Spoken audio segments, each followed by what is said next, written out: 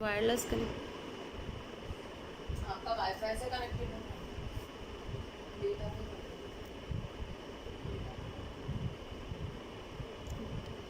Data that to ठीक है। नमस्कार, मैं निवेदिता चक्रवर्ती लाइव आ चुकी हूँ और आप सबकी प्रतीक्षा कर रही हूँ। आप लोग मुझे लाइव ज्वाइन करें तो कुछ लोग जुड़ जाएंगे तो मैं अपना काव्य पाठ शुरू करूँगी।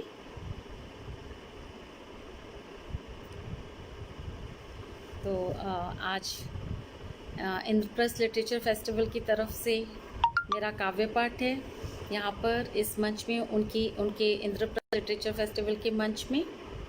और मैं डॉक्टर चंद्रमणि ब्रह्मदत्त जी की बहुत आभारी हूँ कि उन्होंने अपने प्लेटफॉर्म पर, अपने मंच पर मुझे काव्य पाठ का अवसर दिया। शिवली चक्रवर्ती जी जुड़ चुकी हैं, बहुत नमस्कार।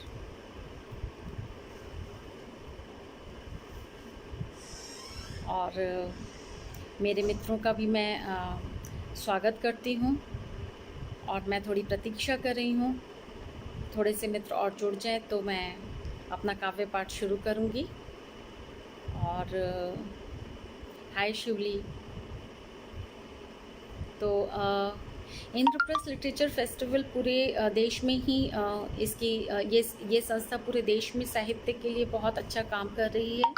और इसमें सबसे अच्छी बात यह है कि प्रादेशिक भाषाओं का भी प्रचार और प्रसार करती है ये संस्था। और इस संस्था में बहुत सारे लोग जुड़े हुए हैं जिनके नाम मैं आज अपने इस काव्य पाठ के समय लूँगी, आप लोगों को बताऊँगी, इस संस्था से आपका थोड़ा परिचय भी कराऊँगी।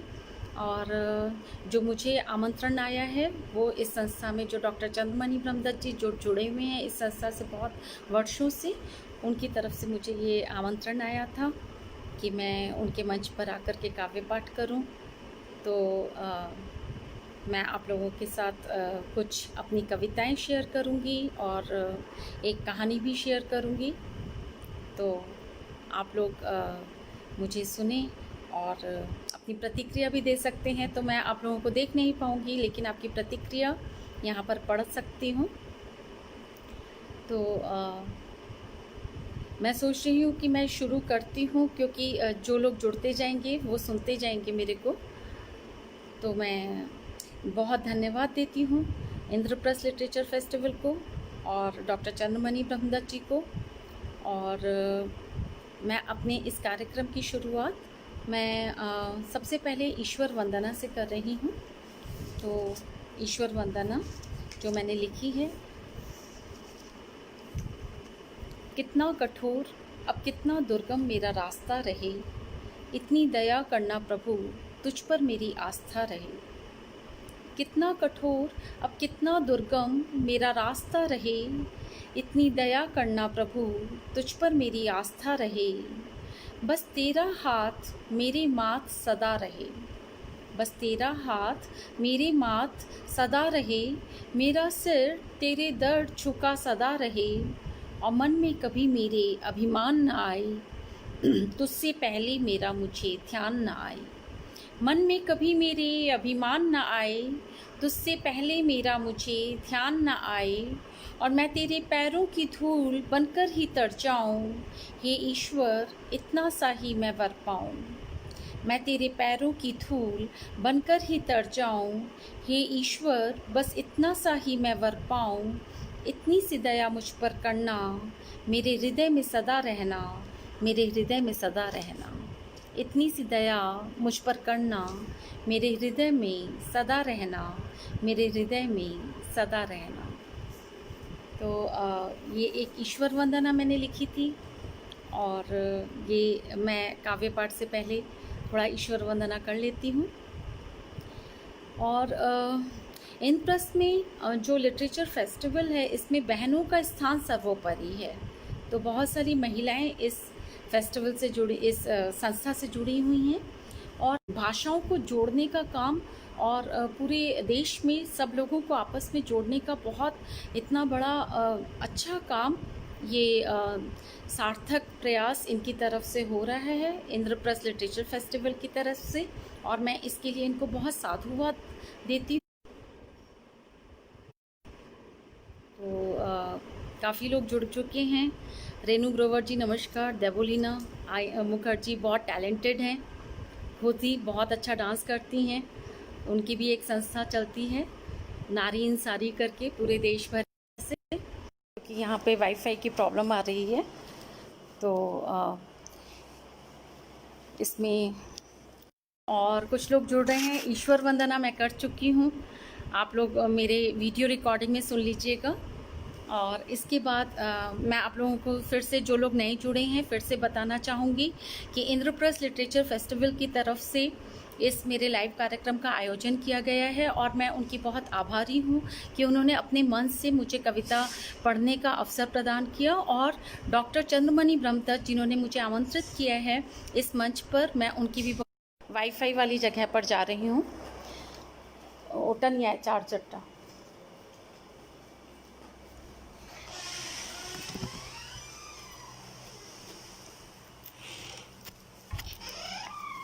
तो आप लोग क्योंकि मैंने अपना रूम चेंज किया है, लैपटॉप पर चार्जर टंगे एंड माय बुक। तो सॉरी सरिता सिंह, हाय। तो मैंने अपनी जगह चेंज करी है क्योंकि मैं जिस रूम में थी वहाँ पे मेरा बार बार कनेक्शन लॉस हो रहा था।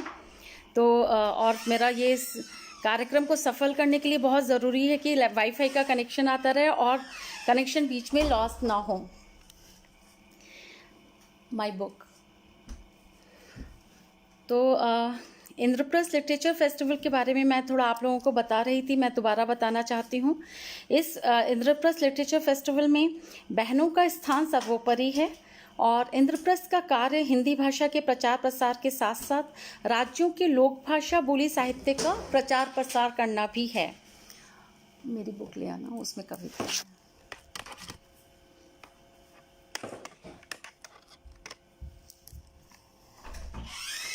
सरिता सिंह जी जुड़ चुकी हैं।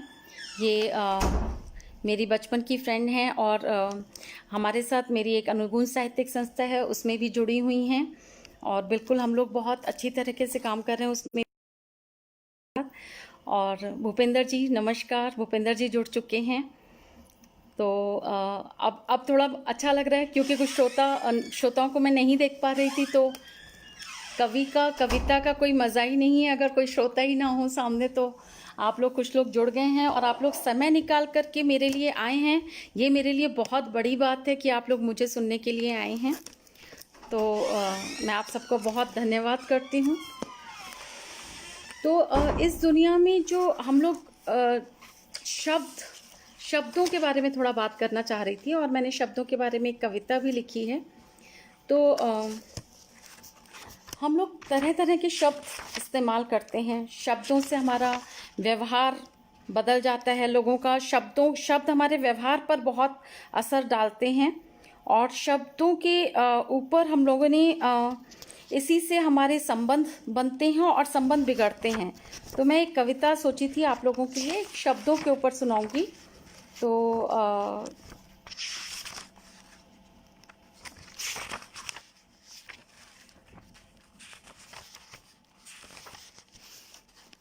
आज थोड़ा सा डिस्टरबेंस हुई है हम लोगों के इस कार्यक्रम में क्योंकि हमारा ये जो वाईफाई ने थोड़ा डिस्टर्ब कर दिया और इसकी वजह से थोड़ा सा। तो अनकहे शब्द करके एक कविता मैं आप लोगों के लिए लाई थी, आपको सुनाना चाहती हूँ। शब्दों को जला दें या टुकड़े टुकड़े कर दें, शब्दों को जला दें या, ये उन शब्दों के बारे में है ये कविता जो कि कुछ शब्द ऐसे होते हैं जीवन में जो कि हम कह नहीं पाते, जिनको हम अभिव्यक्त नहीं कर पाते, लेकिन तो हमारे जीवन में वो शब्द बहुत महत्व रखते हैं क्योंकि वो शब्द हमारे हृदय में उपजे होते हैं, लेकिन हम उनको अभिव्यक्त नहीं कर पाते। उन शब्दों के लिए मैंने एक कविता लिखी थी। शब्दों को जला दें या टुकड़े टुकड़े कर दें, पर मिट सकता है क्या शब्दों का अस्तित्व? शब्दों को जला दें या टुकड़े टुकड़े कर दें, पर मिट सकता है क्या शब्दों का अस्तित्व? शब्द कभी खत्म नहीं होते, आग बनकर जला करते हैं दिल की गहराइयों में। शब्द कभी खत्म नहीं होते, आग बनकर जला करते हैं दिल की गहराइयों में। मस्तिष्क के साहिल पर रोज लहरों की तरह सिर पटका करते हैं। ये मासूम और नादान शब्द रोया करते हैं, सिसकते हैं, तड़प कर होठों तक आना चाहते हैं। ये मासूम और नादान शब्द रोया करते हैं, सिसकते हैं, तड़प कर होठों तक आना चाहते हैं, पर गूंगे स्वरों की अभिव्यक्ति बनकर आंखों तक आते हैं और ढुलक जाते हैं अपने अस्तित्व का एहसास कराने को। पर गूंगे स्वरों की अभिव्यक्ति बनकर आंखों तक आते हैं और ढुलक जाते हैं अपने अस्तित्व का एहसास कराने को। और ढांप लेता है कोई अपना मुंह, डरता है कोई शब्दों के अस्तित्व से। ढांप लेता है कोई अपना मुंह, डरता है कोई शब्दों के अस्तित्व से। इसीलिए फाड़ता है, जलाता है शब्दों को, पर सुलगता है अंदर तक शब्दों की आग से। और बोझिल हो जाता है मन शब्दों का भार ढोते ढोते, और बोझिल हो जाता है मन शब्दों का भार ढोते ढोते। तो ये एक शब्दों के ऊपर कविता थी। ऐसे शब्द जो हमारे हृदय में उपस्थित तो हैं, लेकिन हम उनको अपनी वाणी से अभिव्यक्त नहीं कर पाते, लेकिन वो शब्द सुलगते हैं अंदर तक। प्रीति भारद्वाज जी, बहुत धन्यवाद ज्वाइन करने के लिए लाइव सेशन, और बहुत प्रणाम आपको। अभिमन्यु घोषाल जी, आपको बहुत प्रणाम, मेरे छोटे भाई हैं, जुड़े हैं हमारे साथ रुद्रपुर से। मंजू श्रीवास्तव जी, बहुत सादर प्रणाम आपको। आप लोगों का बहुत धन्यवाद कि आप लोग समय निकाल करके मेरे इस लाइव सेशन में जुड़े हैं और मेरी कविताएं सुनने आए हैं। तो ये भी बहुत बड़ी बात है, समय सबके लिए बहुत महत्वपूर्ण होता है। तो इन्हीं शब्दों के ऊपर एक और कविता थी कि कुछ शब्द जो हम अभिव्यक्त नहीं कर पाते, उन्हीं पर ही एक कविता है। और कई बार क्या होता है जीवन में, जब आप जो शब्द आप बोलना चाहते हैं, आप वो नहीं बोलते, आप कुछ और अभिव्यक्त करते हैं, क्योंकि आप बहुत बार अपने मन की व्यथा, अपने मन की बात, बहुत बार आपको ऐसे लोग नहीं मिलते जिनसे आप शेयर कर पाएँ, आप बात कर पाएँ। तो तब क्या होता है, तब उसके ऊपर एक कविता है कि जब मनुष्य की जो जीवन में जो असमर्थता होती है, जो मनुष्य विवश हो जाता है, यहाँ तक कि इतना विवश हो जाता है कि अपनी भावनाएं भी व्यक्त नहीं कर पाता। भूपेंद्र टिक्कू जी, नमस्कार और धन्यवाद कि आपने प्रशंसा करी। सरिता सिंह जी, हाँ, टेक्नोलॉजी पर सब निर्भर है। हाँ, ये खासकर मेरा आज का काव्य सेशन तो टेक्नोलॉजी पर ही निर्भर हो रहा है, क्योंकि डिस्टर्ब हो गई आज। मैं पहली बार लाइव सेशन में ऐसा हो रहा है कि शुरू से थोड़ा सा डिस्टर्बेंस हो गई। खैर, अब मैंने रूम चेंज कर लिया तो शायद अब यहाँ पर कोई प्रॉब्लम ना हो। तो एक शब्दों पर ही मैं बोलना चाह रही थी। तो ये कविता है जो कि मैंने ये लिखी थी मेरे कॉलेज डेज की कविता है, तब लिखी थी। तो तब मनुष्य, और हम जहाँ के पले बड़े हैं, हरिद्वार के, हमारे संस्कार कुछ ऐसे थे कि हम बहुत चुप रहते थे उन दिनों, ज़्यादा नहीं बोल पाते थे। इतने चुप रहते थे कि हम कभी कभी अपनी भावनाएं भी व्यक्त नहीं कर पाते थे। सोचते थे, लिखते थे, लेकिन बहुत शांत स्वभाव के थे। तो उन दिनों की ये कविता है। तो कविता ही सहारा थी खुद को अभिव्यक्त करने के लिए। कागज़ों से कभी झूठ नहीं बोला, शब्दों ने झुठला दिया अनुभूतियों को, इससे बड़ी विडंबना और क्या होगी। शब्दों ने झुठला दिया अनुभूतियों को, इससे बड़ी विडंबना और क्या होगी। और आत्मा के अधरों पर उंगली धर दी, अधर मतलब होठ, तो आत्मा के अधरों पर उंगली धर दी, इससे बड़ी प्रपंचना और क्या होगी। प्रपंचना, छल, जब हम अपने आप से छल कर जाते हैं। शब्दों ने झुठला दिया अनुभूतियों को, इससे बड़ी विडंबना और क्या होगी। और आत्मा के अधरों पर उंगली धर दी, इससे बड़ी प्रपंचना और क्या होगी। और समझौते की भाषा क्यों समझाते हो, स्वयं को स्वयं से ही क्यों छिपाते हो। समझौते की भाषा क्यों समझाते हो, स्वयं को स्वयं से ही क्यों छिपाते हो, भावना को दिल की मुट्ठी में भींचा, इससे बड़ी अवहेलना और क्या होगी, कि भावना को दिल की मुट्ठी में भींचा, इससे बड़ी अवहेलना और क्या होगी। और नियमों का पहरा है अधिकार द्वार पर, दायरों की दीवारें हैं कर्तव्यों का छप्पर। ये 1986 की कविता है। तो तब मनुष्य बहुत घिरा होता था नियमों में, संस्कारों में, मर्यादाओं में। हम लोगों ने जैसे हम जब अपने किशोरावस्था युवावस्था में भी थे तो भी इतनी हिम्मत नहीं थी, इतना साहस नहीं था दायरों को तोड़ के बाहर जाने का। लेकिन लिखते थे, कभी कभी मन जो था वो क्रांति भी करता था कि इतने नियम क्यों। तो लेकिन वो भी हम शब्दों से अभिव्यक्त नहीं कर पाते थे, कागजों पर ही लिख पाते थे। तो लिखा था कि नियमों का पहरा है अधिकार द्वार पर, दायरों की दीवारें हैं कर्तव्यों का छप्पर। नियमों का पहरा है अधिकार द्वार पर, दायरों की दीवारें हैं कर्तव्यों का छप्पर। और जीवन तो नजरबंद ऐसे ही हो गया, इससे बड़ी अंतर्वेदना और क्या होगी। जीवन तो नजरबंद ऐसे ही हो गया, इससे बड़ी अंतर्वेदना और क्या होगी। और अंतर मन के स्वर क्यों नहीं है अधर पर, अंतर मन के स्वर क्यों नहीं है अधर पर, हंसते हुए नैनों में सिमटे हैं अश्रुकण। अंतर मन के स्वर क्यों नहीं है अधर पर, हंसते हुए नैनों में सिमटे हैं अश्रुकण। और चेहरे पर मौन गीत गुनगुना उठे हैं, इससे बड़ी अभिव्यंजना और क्या होगी। चेहरे पर मौन गीत गुनगुना उठे हैं, इससे बड़ी अभिव्यंजना और क्या होगी। और पत्थरों से घिर कर कहीं पत्थर मत बन जाना, पत्थरों से घिरकर पत्थर मत बन जाना, कांटों से छिलकर नासूर मत बन जाना। और कई मौतें मरकर भी जिंदा ही रहोगे, कई मौतें मरकर भी जिंदा ही रहोगे, इससे बड़ी संकल्पना और क्या होगी। कि कई मौतें मरकर भी जिंदा ही रहोगे, इससे बड़ी संकल्पना और क्या होगी। और शब्दों ने झुठला दिया अनुभूतियों को, इससे बड़ी विडंबना और क्या होगी। शब्दों ने झुठला दिया अनुभूतियों को, इससे बड़ी विडंबना और क्या होगी। बहुत धन्यवाद रेणु जी, आपको अच्छी लगी कविता। सबसे बड़ी कविता तभी सार्थक होती है जब श्रोताओं को अच्छी लगती है। शिवली मेरी बेटी को भी अच्छी लगी मेरी कविता। तो मेरी बेटी जिस उम्र के दौर पर है उसी उम्र के आसपास ये कविता थी। नहीं, ये कविता मेरी 17-18 साल में मैंने लिखी थी, तो थोड़ी सी और पहले की थी। तो बहुत धन्यवाद आप सबको। तो इंद्रप्रस्थ लिटरेचर फेस्टिवल जो है इसके बारे में और मैं थोड़ा बताना चाह रही थी। इसमें कार्यकारिणी जो समिति है इसके बारे में मैं आप लोगों को बताना चाह रही थी। तो इसमें दिल्ली राज्य अध्यक्ष बहन कुसुम श्रीवास्तव जी हैं, इसमें छत्तीसगढ़ अध्यक्ष बहन आशा विक जी हैं।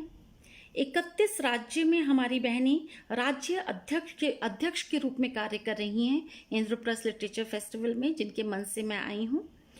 बिहार अध्यक्ष बहन रंजना जी हैं, राष्ट्रीय संरक्षक डॉक्टर प्रसन्नास नुसू जी हैं, और ज्योत्सना सिंह पूर्वांचल अध्यक्ष हैं, और हरियाणा राज्य अध्यक्ष बहन डॉक्टर कृष्णा आर्या जी हैं। और इसके आगे भी मैं इनके कार्यकारिणी समिति के बारे में आपको बताती रहूँगी। विशी सिंह जी ने हमको ज्वाइन कर लिए हैं, बहुत धन्यवाद और सादर प्रणाम आपका कि आपने समय निकाल करके ज्वाइन किया है। और सरिता सिंह, इससे बड़ी विडंबना और क्या होगी जी।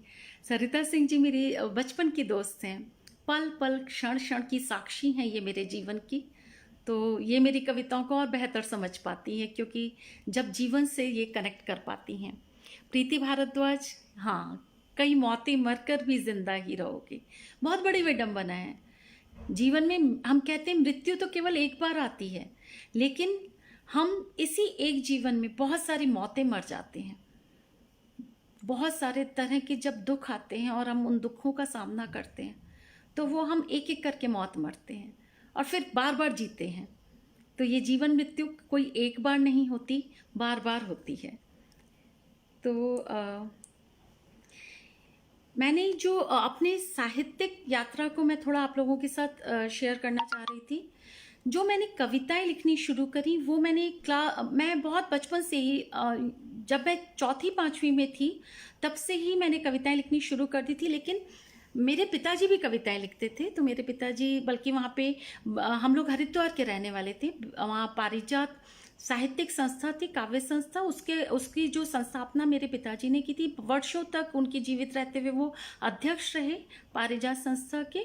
और मैं जब क्लास 8th में आई और जब मेरे पिताजी ने देखा लिखती रहती है और फेंकती रहती है, तब उन्होंने मेरे को डांट लगाई। क्लास 8 से उन्होंने मुझे बोला, ये रही डायरियाँ, मैं तुमको डायरीज दे रहा हूँ और तुम इन डायरीज में अपनी कविताएं संकलित करनी शुरू करो, इधर उधर लिख करके आप फेंकोगी नहीं। तो उन्होंने जब मुझे डांट लगाई तो मैंने उन कविताओं को अपनी डायरियों में संकलित करना शुरू किया क्लास 8 से। तो आज तो मेरी पास कुछ 300 कविताएं मैंने लिख ली हैं बचपन से आज तक, जिनको मैंने संकलित किया हुआ है, और जिसमें से 145 कविताओं का संकलन और कुछ क्षणिकाओं का संकलन मेरा प्रकाशित हुआ है मेरी पुस्तक मेरे हिस्से के नूर में, जिसका लोकार्पण इसी साल 1 मार्च को हुआ था। और पंडित सुरेश नीरव जी हैं जो कादम्बनी के संपादक वर्षों तक रहे, उन्होंने इसका लोकार्पण किया था। और डॉक्टर चंद्रमणि ब्रह्मदत्त जी को भी आमंत्रित किया था। तो मेरे छोटे भाई हैं, तो मेरे जीवन के अच्छे क्षणों में मैं ज़रूर इनको आमंत्रित करती हूँ। तो इस तरीके से मेरी कविता की जो यात्रा शुरू हुई थी क्लास 8वीं से। तो वहाँ पे हरिद्वार में बहुत संस्थाएं थी, पारिजात संस्था थी, एक हरिद्वार की गंगा के पास की एक संस्था थी शंखनाद संस्था, जो कि रमेश रमन जी की थी, वो उसके अध्यक्ष थे। और ये बहुत बड़े गीतकार हैं, वो प्रसिद्ध गीतकार हैं हरिद्वार के। तो ये संस्थाओं की काव्य गोष्ठियाँ होती थी और हम इन सब काव्य गोष्ठियों में मैं पिताजी के साथ जाती थी और काव्य पाठ करती थी इन सब संस्थाओं में। तो इस तरीके से बचपन से मेरा ये काव्य पाठ का शुरू हो गया था, बहुत बचपन से ही। और मैं सब कवियों के साथ जाती थी, यहाँ तक कि जब वहाँ पर कुछ कवि सम्मेलन भी होते थे, तो कवि हमारे हरिद्वार में होते थे। कई बार बहुत वरिष्ठ कवियों को भी पढ़ने का मौका नहीं मिलता था, लेकिन मुझे मौका दे देते थे वो लोग, ये कहकर कि हमारे यहाँ की हरिद्वार की सबसे छोटी कवित्री हैं, छोटी आयु की कवित्री हैं, इनको हम अवसर दे रहे हैं। तो उन दिनों मेरे को गोपाल दास नीरज जी महाकवि हैं, आप सब जानते हैं, उनके साथ हरिओम पवार जी राष्ट्र कवि हैं, उनके साथ पढ़ने का मुझे एक मन से अवसर मिला था। और मैं ये माँ सरस्वती का आशीर्वाद ही कहूँगी कि इतनी छोटी उम्र में मैंने कवि सम्मेलनों में उनके साथ अपना काव्य पाठ किया। महादेवी वर्मा जी से हम उनके घर मिलने गए थे इलाहाबाद में, तो उन दिनों वो अस्वस्थ चल रही थी, उनसे भी हमने मुलाकात करी। मैं और मेरा बड़ा भाई गए थे, हम दोनों को बहुत साहित्य में रुचि थी। तो इस तरीके से साहित्य के साथ जुड़ना हम लोगों ने बचपन से शुरू कर दिया था। और फिर स्कूल कॉलेज में तो जब किसी के अंदर थोड़ी प्रतिभा अलग सी होती है तो वाद विवाद प्रतियोगिताओं में भाग लेना, और फिर वहाँ की कविता की जो प्रतियोगिताएं होती थी उनमें भाग लेना, उनमें पुरस्कार प्राप्त करना, ये सब साहित्यिक यात्रा छोटी छोटी शुरू हो गई थी स्कूल कॉलेज डेज से ही। तो ये थोड़ी सी चीज़ें मैं आप लोगों से शेयर कर रही थी। तो उन दिनों जब हम बचपन में छोटे होते हैं तो बहुत आशावादी होते हैं, और हमको कहीं से भी थोड़ी सी भी निराशा अगर किसी के अंदर दिखती है। हमारे बड़े भाई साहब नवीन कुमार घोषाल, जिन्होंने वर्षों से अमर उजाला में, राष्ट्रीय सहारा में जो काम कर चुके हैं, और तो वो उनका पूरा साहित्य से आजीवन उनका भी जुड़ाव रहा। हमारी पूरा परिवार ही साहित्य में जो रुचि है वो आनुवंशिकी ही हमको मिली हमारे पिताजी से। हमारी बुआ जी भी एक अच्छी कविताएं लिखती थी। तो मैं ये बता रही थी कि जो बचपन से जब हम बहुत आशावादी होते हैं किशोरावस्था में, और हमको बिल्कुल निराशा बिल्कुल पसंद ही नहीं आती है, तो उन दिनों हम बहुत अच्छी कविताएं लिखते थे आशावादी, क्योंकि जीवन भी इतना नहीं बीता था, जीवन के दुखों से भी इतनी मुलाकात नहीं हो पाई थी। तो उन दिनों एक कविता लिखी थी संकल्प दी, तो ये कविता मैं आप लोगों को सुनाना चाहती हूँ। तो हिंदी माध्यम से हमारी पढ़ाई लिखाई हुई थी, यूपी बोर्ड से हमने पढ़ा था। तो हिंदी में क्योंकि साहित्य में रुचि थी तो हिंदी पढ़ना अच्छा लगता था, और उन दिनों बहुत पढ़ाई भी करते थे, बहुत सारी किताबें पुस्तकें पढ़ते थे। तो संकल्प दीप क्यों तू ज्योति की याचना कर रहा, संकल्प दीप क्यों तू ज्योति की याचना कर रहा। प्रीति भारद्वाज जी लिख रही हैं, हरिद्वार का पानी ही इतना पवित्र है, सुंदर स्वच्छ वातावरण की सोच भी निर्मल होती है। जी हाँ, वातावरण का बहुत फर्क पड़ता है मनुष्य के संस्कारों में, मनुष्य के आचरण में, उसके आसपास के परिवेश का बहुत बहुत ज़्यादा इस चीज़ का प्रभाव पड़ता है। तो उन दिनों एक कविता लिखी थी, संकल्प दीप क्यों तू ज्योति की याचना कर रहा, ये जग तो तेरी वेदना का परिहास ही करेगा, ये जग तो तेरी वेदना का परिहास ही करेगा, प्रस्तर हो चुका कण कण कृत्रिम संतरास ही करेगा, और खंड खंड स्वप्नों की क्यों अभिव्यंजना कर रहा, और संकल्प दीप क्यों तू ज्योति की याचना कर रहा, और नियति के थपेड़ों से लड़ लड़ क्यों थक गया, पथ प्रदर्शक जीवन का तू ही अब रुक गया, नियति के थपेड़ों से लड़ लड़ क्यों थक गया, पथ प्रदर्शक जीवन का तू ही अब रुक गया, क्षणिक पराजय की तू क्यों प्रवचना कर रहा, और संकल्प दीप क्यों तू ज्योति की याचना कर रहा, अटल सिद्धांतों का पुजारी तू कैसे हार गया बता, तपती धूप के वासी क्यों छाया द्वार गया बता, अटल सिद्धांतों के पुजारी तू कैसे हार गया बता, और तपती धूप के वासी क्यों छाया द्वार गया बता, और लौ का अधिकारी क्यों गहनतम से प्रार्थना कर रहा, और संकल्प दीप क्यों तू ज्योति की याचना कर रहा, और साध्य की साधना का यही तो अंत नहीं है, साध्य की साधना का यही तो अंत नहीं है, श्वासों की डोर भी ऐसी तो क्लांत नहीं है, और नेत्रहीनों की क्यों अब तू अर्चना कर रहा, संकल्प दीप क्यों तू ज्योति की याचना कर रहा, संकल्प दीप क्यों तू ज्योति की याचना कर रहा। तो ये एक आशा गीत था जो कि बहुत बचपन में ही लिखा था, बहुत आशा और उत्साह भरा हुआ था, बहुत कुछ जीवन में करने की इच्छा थी, और जब हम बहुत अधेड़ उम्र में आ जाते हैं तो पलट कर देखते हैं कि हम जीवन के किस किस पड़ाव पर हमारे सोचने का ढंग क्या था। और जो एक कवि और लेखक जिसने बचपन से कविताएं लिखी हैं, वो अपनी हर कविता में अपने जीवन की हर उम्र को तलाश ही लेता है, क्योंकि उसका उम्र, उसकी आयु जैसे जैसे बढ़ती है वैसे वैसे उसकी कविता में विषय बदलते रहते हैं, उसकी कविता में भाव बदलते रहते हैं। तो वो जो कविताएं होती हैं वो एक कवि की आत्मकथा जैसे ही होती हैं। तो मैं ऐसा मानती हूँ, एक कवि को आत्मकथा लिखने की ज़रूरत नहीं है। जो कविताएं होती हैं वो उनके जीवन का दर्पण होती हैं। कविताएं आप उनकी पढ़ लीजिए, उनके आत्मकथा से आप परिचित हो जाएंगी। जी, बहुत धन्यवाद। नवीन जी हमारे को प्रशंसा कर रहे हैं। तो इसके अलावा मैं फिर इंद्रप्रस्थ लिटरेचर फेस्टिवल के थोड़ी कार्यकारिणी समिति के बारे में आपको थोड़ा सा और बताना चाह रही थी। तो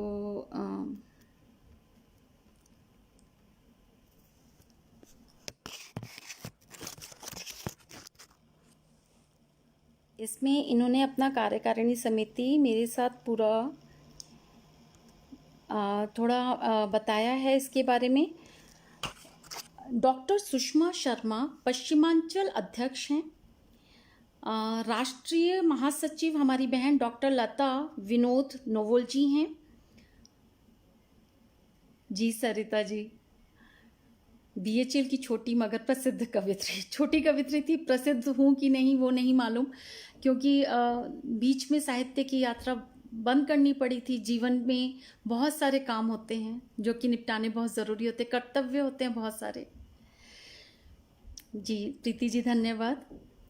तो इंद्रप्रस्थ लिटरेचर फेस्टिवल में मैं बताना चाह रही थी, जो उत्तराखंड राज्य अध्यक्ष बहन बीना भट्ट जी हैं, राष्ट्रीय सचिव श्री आर.के. पांडे जी हैं, आसाम राज्य अध्यक्ष डिम्पल शर्मा जी हैं, विदेश प्रभारी हमारी बहन निशा नंदनी भारतीय जी हैं, बहुत अच्छी कवित्री हैं। मतलब मैं इनकी कविताएं पढ़ती हूँ, और ये जब विदेशों की यात्रा, इनके बच्चे विदेश में रहते हैं, और जब ये विदेश की यात्रा अपने फेसबुक में डालती हैं और बहुत अच्छी तरीके से वर्णन करती हैं, सारे चित्र डाल करके, और बहुत कभी कभी इंग्लिश में भी लिखती हैं, कभी हिंदी में लिखती हैं। निशा नंदिनी भारतीय जी बहुत अच्छी साहित्यकार हैं हिंदी की। डॉक्टर सुरचना त्रिवेदी जी बुंदेलखंड अध्यक्ष हैं। तो ये थोड़ा सा इनकी कार्यकारिणी समिति के बारे में मैं आपको बीच बीच में बताती रहूँगी। मेरी साहित्य यात्रा, मैंने स्कूल कॉलेज डेज तक आपको बताई कि कैसी रही। उसके बाद जब मैं विवाह के बाद मैं दिल्ली में आई, तो उसके बाद मैंने LIC ऑफ इंडिया को ज्वाइन किया था 1992 में। तो LIC ऑफ इंडिया में जब जब आप जहाँ पे भी जाते हैं तो अपने साथ आप एक ऑरा ज़रूर लेके चलते हैं। तो आपका जो ऑरा होता है वो कुछ दिन में लोग पहचान ही जाते हैं कि आप कौन हो, क्या हैं, आपकी रुचि क्या है। तो LIC ऑफ इंडिया में मैं कर्मचारी थी, वहाँ पे काम करती थी, लेकिन लोगों को पता चला धीरे धीरे कि मैं कविताएं लिखती हूँ। तो मुझे फिर पता चला कि वहाँ पे भी कवि गोष्ठी होती हैं, उनके यहाँ भी कविता की प्रतियोगिताएं होती हैं LIC ऑफ इंडिया में। तो वहाँ पे धन्यवाद कि आप समय निकाल करके आए। तो वहाँ पर भी कविता प्रतियोगिताएं होती थी। तो वहाँ पे एक तो LIC ऑफ इंडिया की अपनी कविता प्रतियोगिताएं होती थी, जिसमें मैं भाग लेती थी, और उसमें भी मैंने बहुत सारे पुरस्कार जीते। इसके अलावा एक नगर राजभाषा कार्यान्वयन समिति की एक प्रतियोगिता होती थी, जिसमें कि सारे पब्लिक सेक्टर अंडरटेकिंग दिल्ली भर के जितने भी BHEL हो गया, एयर इंडिया हो गया, आपके NTPC, सारे जितने भी steel authority of SAIL, steel authority of India, इन सब जगहों के जितने भी वहाँ पे काम करने वाले एम्प्लॉयज़ होते थे, वो उन प्रतियोगिताओं में भाग लेते थे। तो उस प्रतियोगिता में, वो साल में एक बार होती थी, और उस प्रतियोगिता में मुझे मेरे LIC ऑफ इंडिया की तरफ से मुझे प्रतिनिधित्व मुझे करना पड़ता था। वो लोग मेरा नाम नॉमिनेट करते थे उस प्रतियोगिता में भाग लेने के लिए, और ये मेरे लिए बहुत बड़ा भाग्य की बात थी, क्योंकि LIC में इतने सारे कर्मचारी थे, लेकिन मुझे अवसर मिलता था LIC का प्रतिनिधित्व करने के लिए उस कविता प्रतियोगिता में। और सबसे अच्छी बात ये थी कि जितनी बार भी उन्होंने मेरे को नॉमिनेट करके भेजा उस कविता प्रतियोगिता में, उतनी ही बार मैंने कोई ना कोई पुरस्कार, पहला पुरस्कार, प्रथम पुरस्कार, द्वितीय पुरस्कार, तृतीय पुरस्कार ले करके मैं उनके पास आती थी। और उस टाइम के जो भी MD थे, जो भी हमारे जोनल अध्यक्ष थे, वो अपने केबिन में मुझे बुलाते थे, बाकायदा धन्यवाद करते थे, मेरे साथ कॉफ़ी पीते थे और बोलते थे तुमने LIC का नाम ऊंचा कर रही हो। तो ये भी बहुत मधुर स्मृतियां हैं उन दिनों की LIC ऑफ इंडिया की, कि आप एक इतनी बड़ी संस्था को आप प्रतिनिधित्व कर रहे हैं, और फिर उनका नाम बढ़ाने के लिए आपको क्रेडिट दिया जा रहा है। ये एक बहुत बड़ी बात थी। उनकी मैगज़ीन भी प्रकाशित होती थी। उन दिनों की ही बात है, doctor Lal Krishna prime minister, जो कुछ दिनों के लिए प्राइम मिनिस्टर बने थे, लाल कृष्ण आडवाणी जी, आप लोगों को याद होगा। तो वो उनको बुलाया गया था उन दिनों, और मेरे को उनके हाथ से भी पुरस्कार प्राप्त करने का अवसर मिला था उन दिनों। और एक कविता जब उनका सम्मेलन हुआ था, उसमें अशोक चक्रधर जी आए थे, और मुझे अशोक चक्रधर जी के आगे अपनी कविता पाठ का अवसर मिला था। और बहुत अच्छी बात यह है कि उस काव्य पाठ में जो मैंने कविता बोली थी, उसकी उन्होंने उस मंच से उस कविता की सारी पैराग्राफ्स का वर्णन करते हुए पूरे पब्लिक में, विज्ञान भवन में हुआ था ये फंक्शन, बहुत सारे लोग थे, और उसमें उन्होंने पूरा वर्णन करते हुए सबको उस कविता के बारे में डिस्कशन किया था, और बहुत अच्छा मेरी प्रशंसा करी थी मंच से। तो ये छोटी छोटी स्मृतियां हैं जो कि बहुत मधुर स्मृतियां हैं। जीवन में ऐसी स्मृतियां एकत्रित होती रहती हैं, और फिर वो स्मृतियां रह जाती हैं, मधुर स्मृतियां। तो ये छोटी छोटी स्मृतियां हैं मेरे साहित्यिक यात्रा की, जो मैं आप लोगों के साथ शेयर करना चाह रही थी। पूनम शर्मा जी, बहुत धन्यवाद। पूनम शर्मा जी मेरी कॉलेज की मित्र हैं, और ये भी बहुत अच्छी शेरो शायरी करती हैं। महिलाओं का क्या होता है कि महिलाएं खो जाती हैं जीवन में। महिलाएं इतने अपने कर्तव्यों के बीच में खो जाती हैं कि उनकी कविताएं, उनकी खुद की उनकी प्रतिभाओं तक को वो खो डालती हैं, क्योंकि उनके सामने सर्वोपरि होता है उनका परिवार। ऐसे पूनम शर्मा, सरिता सिंह, मेरे जीवन की जो महिलाएं, मेरी भाभी हैं, वो बहुत अच्छा गाना गाती हैं, लेकिन जीवन के कामकाज में, जीवन की जो कर्तव्यों के बीच में खो चुकी हैं वो अपनी प्रतिभा। तो एक नारी, और नारी को दुख भी नहीं होता इस बात का। जो नारी होती है वो अपने आप को खो करके अपने परिवार के बीच में अपने परिवार की सेवा करते हुए उनको इतना सुख मिलता है कि वो, उनको इस चीज़ की परवाह नहीं होती कि वो अपने जीवन में खुद को खो रही हैं, खुद की प्रतिभा खो रही हैं। तो ये एक, मैं इसलिए नहीं कह रही हूँ क्योंकि मैं एक नारी हूँ, लेकिन ये एक नारी जीवन की बहुत बड़ी बात है, और मैं नारी सब सारे नारी वर्ग का सम्मान करती हूँ इस चीज़ के लिए, क्योंकि जीवन में बहुत बड़ी बात है खुद को खो करके पूरे परिवार को संभालना, पूरे परिवार का ध्यान रखना, और ये लगभग बहुत नारियां करती हैं ऐसे। तो एक उन दिनों, जिन दिनों मैं LIC ऑफ इंडिया में थी, तो उन्हीं दिनों 11 सितंबर को, अगर आपको याद होगा, एक अमेरिका में पूरा जो 2 टावर्स पे पूरा हमला हुआ था, आतंकवादी हमला, और पूरे विश्व को हिला करके गया था वो हमला। तो उस समय मैं उन दिनों LIC ऑफ इंडिया में ही थी, और उस समय मुझे वो इतना प्रभावित किया, वो जो हमला हुआ था, आतंकवादी हमला। तो मैंने उसके ऊपर एक कविता लिखी थी जो मैं आप लोगों के साथ शेयर करना चाह रही हूँ। तो इस कविता का शीर्षक है मानव सभ्यता एक प्रश्न चिन्ह। तो अमेरिका 11 सितंबर 2001 की बात थी ये।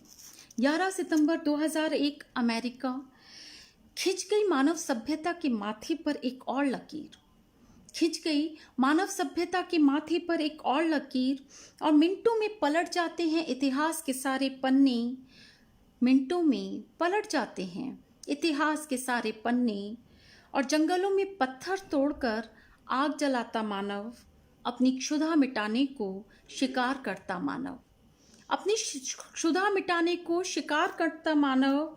हड़प्पा मोहनजोदाड़ो की सभ्यताएं, धीरे धीरे परिष्कृत सी होती हुई मानव सभ्यता, अंतरिक्ष को जाता मानव, चांद को छूता मानव, अपनी सभ्यता को कंप्यूटरीकृत करता मानव, पर कहीं नीचे, बहुत नीचे पाताल तक घुसा मानव, पर कहीं नीचे, बहुत नीचे पाताल तक घुसा मानव, अपने लिए जमीन को तलाशता मानव, एक दूसरे को नोचता हुआ, खसोटता हुआ, मुख को खून से सान कर ठहाके लगाता हुआ, मुख को खून से सान कर ठहाके लगाता हुआ, दूसरे जीवनों को ध्वस्त करने के लिए स्वयं को मानव बम बनाता हुआ, हिंसक पशुओं सा नाचता हुआ मानव। इस कविता को प्रथम पुरस्कार मिला था नगर राजभाषा कार्यान्वयन समिति की प्रतियोगिता में। तो अपनी सभ्यता को कंप्यूटरीकृत करता मानव, अपनी, पर कहीं नीचे, बहुत नीचे पाताल तक घुसा मानव, अपने लिए जीवन को, जमीन को तलाशता मानव, अपने लिए जमीन को तलाशता मानव, एक दूसरे को नोचता हुआ, खसोटता हुआ, मुख को खून से सान कर ठहाके लगाता हुआ, दूसरे जीवनों को ध्वस्त करने के लिए स्वयं को मानव बम बनाता हुआ मानव, हिंसक पशुओं सा नाचता हुआ मानव। पलों में काला सा हो जाता है इतिहास, अंतर मन में गहरे कहीं होता है आभास, पलों में काला सा हो जाता है इतिहास, अंतर मन में कहीं गहरे होता है आभास, जहाँ से चले थे वहीं खड़े हैं, कद वही रहा बस उम्र में बड़े हैं, जहाँ से चले थे वहीं खड़े हैं, बस कद वही रहा बस उम्र में बड़े हैं। बहुत बौने हैं हम, बहुत बौनी है हमारी सभ्यता, बहुत बौने हैं हम, बहुत बौनी है हमारी सभ्यता, भले हैं जानवर, चीता, बाघ, भालू, भेड़िए, जंगल राज स्वीकारते हैं, एक सा ही कानून मानते हैं, हृदय मस्तिष्क विचार नहीं जानते हैं, जानवर हैं, जानवरों सा जीते हैं, ज़रूरत पड़े तो एक दूसरे का खून पीते हैं, हम जो मनुष्य होने की पहचान खो जाते हैं, जानवर होने से भी नकारते हैं, हम जो मनुष्य होने की पहचान खो देते हैं, जानवर होने से भी नकारते हैं, हम ना जाने क्या हैं, कहाँ है हमारी पहचान, कौन सी है हमारी सभ्यता, किधर है हमारी जड़ें, हमें कुछ पता नहीं, हमें कुछ पता नहीं। तो कौन सी है हमारी सभ्यता, कौन सी है हमारी पहचान, किधर है हमारी जड़ें, हमें कुछ पता नहीं, हमें कुछ पता नहीं। तो जब हृदय रोता है तो इस तरह की कविताएं निकलती हैं, किसी भी घटना पर ऐसी कविताएं आ जाती हैं, कवि हृदय है तो कवि हृदय के पास तो एक एक ही औजार होता है, वो होता है लेखनी। तो वही लेखनी चल पड़ती है कागज़ पर। इंद्रप्रस्थ लिटरेचर फेस्टिवल के बारे में मैं और आपको थोड़ी बातें बता रही थी, इनकी कार्यकारिणी समिति के बारे में। डॉक्टर लता चौहान कर्नाटका की अध्यक्ष हैं। डॉक्टर उषा शाह पश्चिमी बंगाल की अध्यक्ष हैं। डॉक्टर प्रोमिला शर्मा हिमाचल प्रदेश के अध्यक्ष हैं। पूनम शर्मा जी, थैंक यू आपका एप्रिसिएशन के लिए। चंद्रमणि ब्रह्मदत्त जी आ चुके हैं। डॉक्टर चंद्रमणि ब्रह्मदत्त जी, आपको बहुत धन्यवाद कि आपने इस मंच में से काव्य पाठ का अवसर मुझे प्रदान किया और मैं आपकी बहुत आभारी हूँ। नवीन कुमार घोषाल जी धन्यवाद। पूनम शर्मा जी धन्यवाद। कंचन मखीजा जी बहुत धन्यवाद कि आप समय निकाल करके आई मेरा काव्य पाठ सुनने के लिए। राकेश गुलाटी जी, हाँ, कद वही रहा उम्र में बड़े हैं, बिल्कुल सही बात है। तो हमको लगता है हमने बहुत प्रगति कर ली है, बट ऐसा नहीं है। हम वहीं पर हैं, वही पत्थर तोड़ने वाले मानव, वही मोहनजोदाड़ो और हड़प्पा की सभ्यताओं से हम उभरे थोड़ी ना हैं। हम वहीं हैं, हमारे मस्तिष्क वहीं पे पड़े हुए हैं। क्योंकि जब देखो कोई भी मानव बम बन जाता है, कोई भी आतंकी घटनाएं करने लगते हैं, तो हमारी परिपक्वता हुई नहीं ना। हमारी समाज की, हमारे देशों की परिपक्वता कहाँ हुई। तो डॉक्टर लता चौहान कर्नाटका अध्यक्ष हैं। डॉक्टर उषा शाह पश्चिमी बंगाल अध्यक्ष हैं। डॉक्टर प्रोमिला शर्मा हिमाचल प्रदेश अध्यक्ष हैं।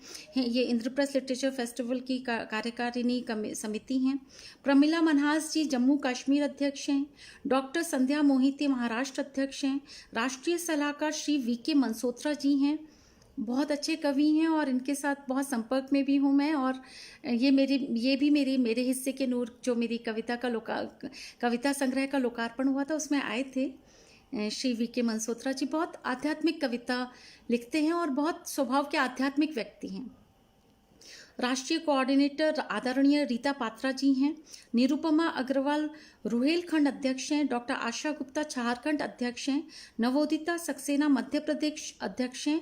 अंजू बसुमातारे बोडोलैंड के अध्यक्ष हैं। तो आप देख रहे हैं कि जो इंद्रप्रस्थ लिटरेचर फेस्टिवल है ये पूरे देश में फैला हुआ है और विभिन्न भाषाओं को मंच दे करके जो ये भाषाओं को आपस में जोड़ने का और सब लोगों को आपस में जोड़ने का जो ये महान कार्य कर रहे हैं, ये सचमुच सराहनीय है, बहुत अद्भुत प्रयास है। तो मैं बहुत बहुत शुभकामनाएं दे रही हूँ इंद्रप्रस्थ लिटरेचर फेस्टिवल संस्था को। तो मैंने जैसे आपको बताया कि अब साहित्यिक जो मेरी यात्रा की जो शुरुआत कैसे स्कूल से लेकर के फिर मेरे जो भारतीय जीवन बीमा निगम में हुई और फिर उसके बाद मैंने Bajaj alliance life insurance company join की थी 2008 से।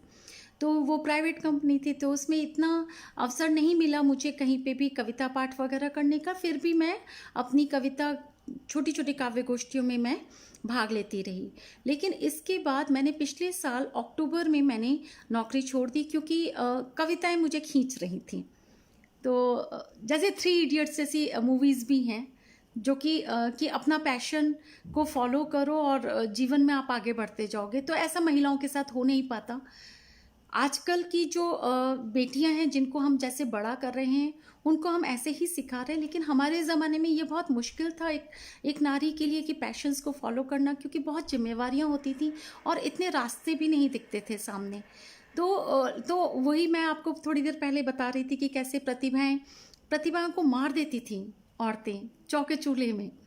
तो ऐसे ही मेरे साथ भी थोड़ा हुआ, लेकिन पिछले साल मैंने फिर अक्टूबर में मन बनाया और मैंने नौकरी छोड़ दी क्योंकि मुझे लगा कि मेरा एक काव्य संग्रह तक नहीं आएगा। जो कविताएं जो लड़की एक कविताएं क्लास 8वीं से लिख रही है, तो मैं उन कविताओं के साथ कोई न्याय नहीं कर पाऊंगी। मैं मर जाऊंगी तो ऊपर जाके माँ सरस्वती को क्या जवाब दूंगी। वो ये बोलती कि अच्छा ये प्रतिभा मैंने किसी और को दी होती तो वो 3-4 किताबें तो अपनी छपवा के आता, तुमने क्या किया। तो जब ऐसी बात आई तो मुझे लगा कि नहीं, एक काव्य संग्रह प्रकाशित किया जाना चाहिए। तो मैंने फिर अक्टूबर में अपना नौकरी छोड़ के मैंने काव्य संग्रह पर काम किया और मेरा इस साल वो काव्य संग्रह मार्केट में आ चुका है, अमेज़ॉन में उपलब्ध है मेरे हिस्से के नूर से, और इसका लोकार्पण भी इस साल हुआ। तो मेरी जो साहित्यिक यात्रा थोड़ी और आगे बढ़ी जीवन में। तो कुछ कविताएं सुनाना चाह रही थी आपको मैं। और मतलब इतना भाग्य आगे ले गया कि आप जैसे श्रोता मुझे आज सुन रहे हैं। तो छोटी छोटी कविताएं हैं, ये गज़ल कह सकते हैं इसको। पत्ते पत्ते पर आंसू बिखरे हैं, ओस बूंदे हैं या दर्द के चेहरे हैं। पत्ते पत्ते पर आंसू बिखरे हैं, ओस बूंदे हैं या दर्द के चेहरे हैं। और रात के सीने में छुप रोया था, रात के सीने में छिप रोया था। अश्कों पर भी लगे जिसके पहरे हैं, अश्कों पर भी लगे जिसके पहरे हैं। और जान हलक तक आकर रुकी है, जान हलक तक आकर रुकी है। जाने अब क्या सोच कर ठहरे हैं, जाने अब क्या सोच कर ठहरे हैं। और समय भरता है समय के घाव, समय कुछ घाव भर ही नहीं पाते, तो समय भरता है समय के घाव। समय थक गया घाव जरा गहरे हैं, समय थक गया घाव जरा गहरे हैं। और पत्ते पत्ते पर आंसू मेरे बिखरे हैं, ओस बूंदे हैं या दर्द के चेहरे हैं।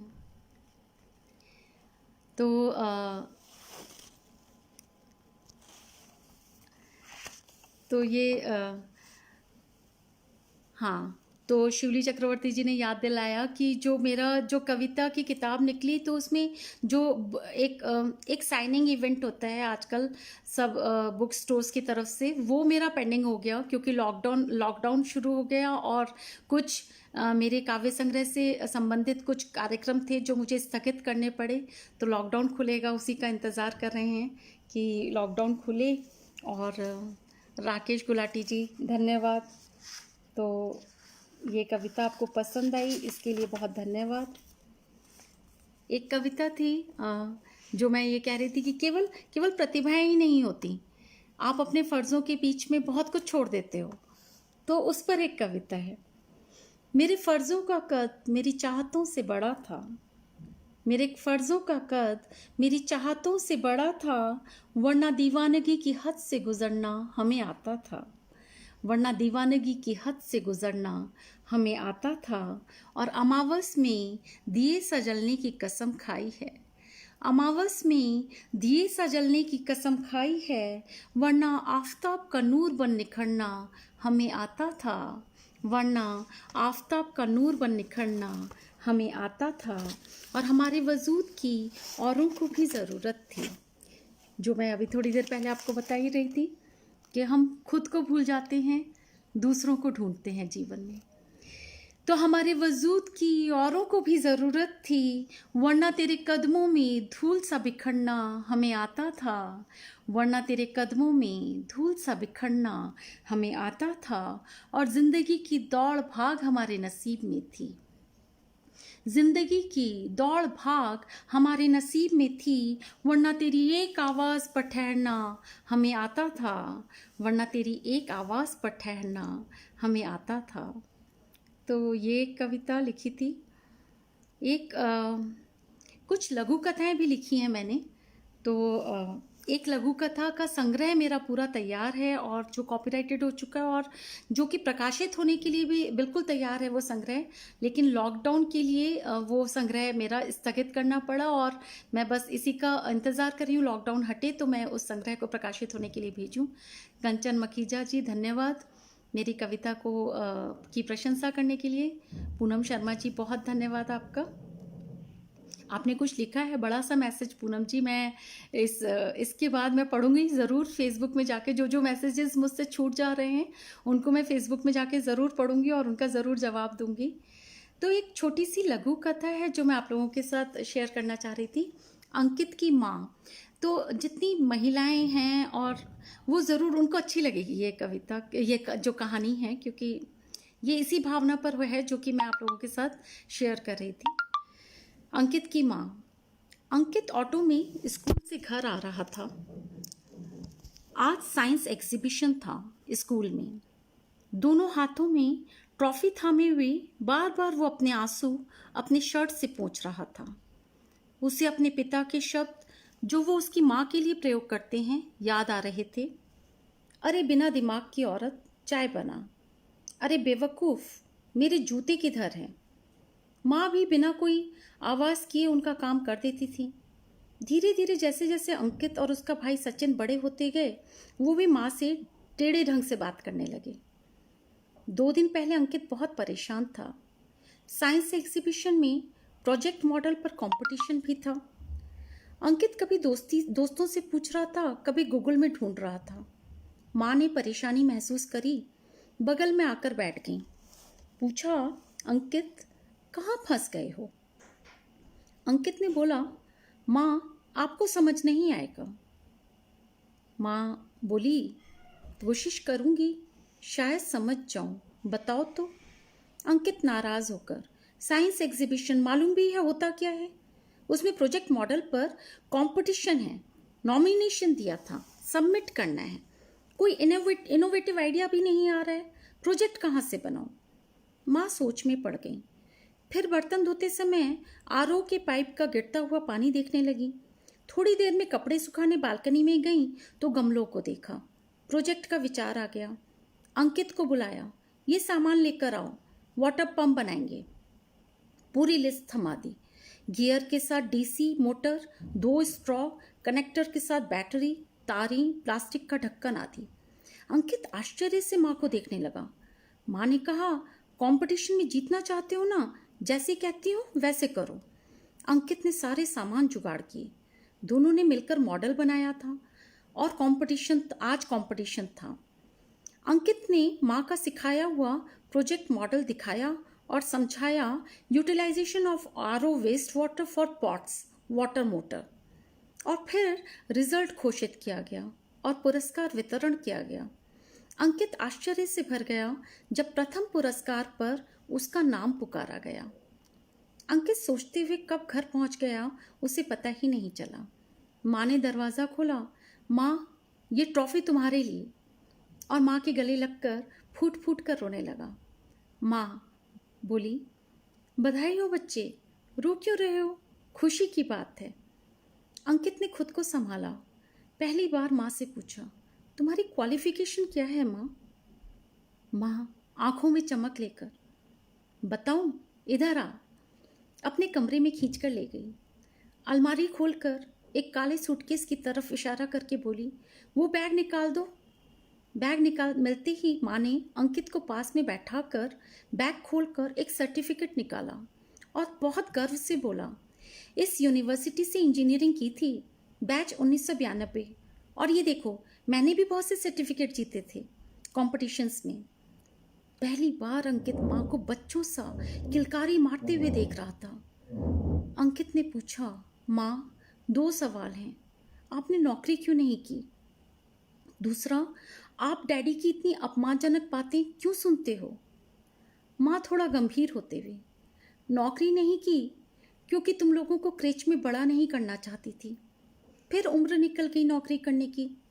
रही बात डैडी की बातों की, तो शुरू शुरू में थोड़ी खटपट हुई थी, मैंने विरोध किया था। फिर सोचा सब अपनी आदतों के हिसाब से व्यवहार करते हैं। अब किसी के खराब व्यवहार के लिए आप अपना अच्छा व्यवहार तो बदल नहीं सकते हो ना। अंकित माँ को ध्यान से देख रहा था। आज वो विद्वान और दार्शनिक दोनों नजर आ रही थी। तो ये एक कहानी थी उन स्त्रियों के लिए जिन्होंने खुद अपने जीवन में बहुत बड़ी डिग्रियां हासिल करी और उन डिग्रियों को धूल फांकने के लिए सूटकेस में बंद कर दिया, सिर्फ इसलिए कि उनको अपने परिवार में बच्चों को बड़ा करना था। उनके खुद के परिवार के लोग उनकी उपलब्धियों के बारे में नहीं जानते हैं और उनकी जीवन भर उपेक्षा करते हैं। तो ये कटु सत्य है हमारे समाज का, और ऐसी स्त्रियां कर रही हैं। बहुत सी स्त्रियों को देखा है मैंने जीवन में ऐसा करते हुए। तो ये एक ऐसा त्याग है जो कि दिखता नहीं है पर है, हमारे समाज में ही है, हमारे बीच ऐसी स्त्रियां हैं। तो मैं अपनी माँ का भी एग्जाम्पल दूंगी। मेरी माँ, उन्होंने हेल्थ विजिटर का कोर्स किया था। आज अगर वो नौकरी करती तो उनकी खुद की पेंशन आती, लेकिन पिताजी ने बोला कि नहीं, बच्चों को बड़ा करने के लिए आपको नौकरी नहीं करनी। मेरी माँ ने नौकरी छोड़ दी।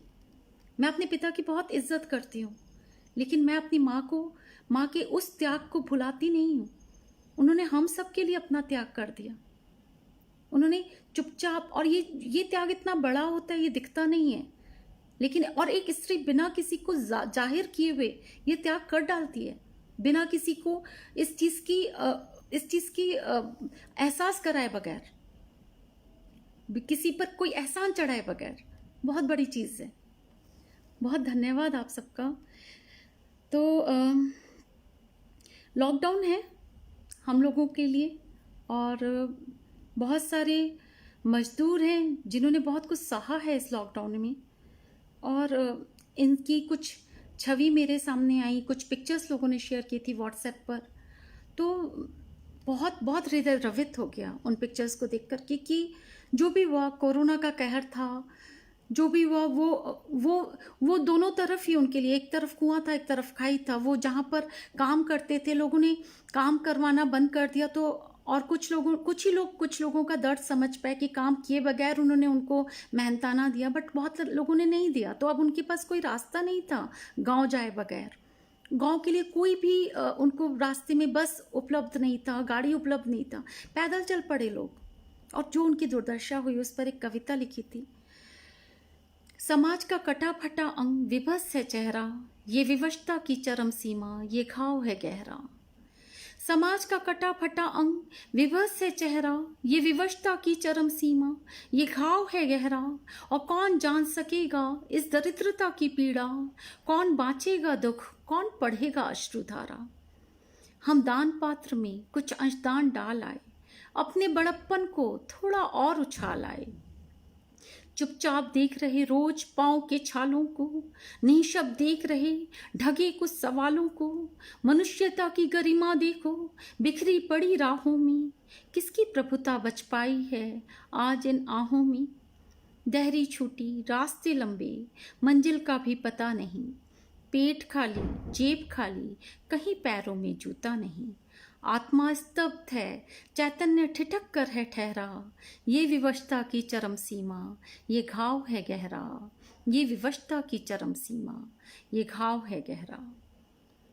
तो जब मैं इस लॉकडाउन में इस समय की बात सोचती हूँ, तो मुझे ये लगता है कि क्या बहुत छोटी छोटी चीज़ें थी जो हम लोग कर सकते थे। लॉकडाउन था, लेकिन क्या हमारे पास हमारी मेड्स के नंबर नहीं थे?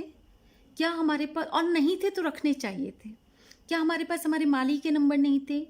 जो हमारा कार क्लीन करने आता था, गाड़ी साफ करने आता था, महीने के वो 800 रुपये लेता था, क्या मेरे पास उसका नंबर नहीं था? क्या जो प्रेस करने आते थे, जो एक कपड़े के 4 रुपये 5 रुपये लेते हैं, और रोज रोज आके हमारे द्वार पर प्रेस के कपड़े इकट्ठे करके ले जाते थे, और शाम को प्रेस के कपड़े देते थे प्रेस करके, धोबी प्रेस वाला, क्या इनके नंबर नहीं थे?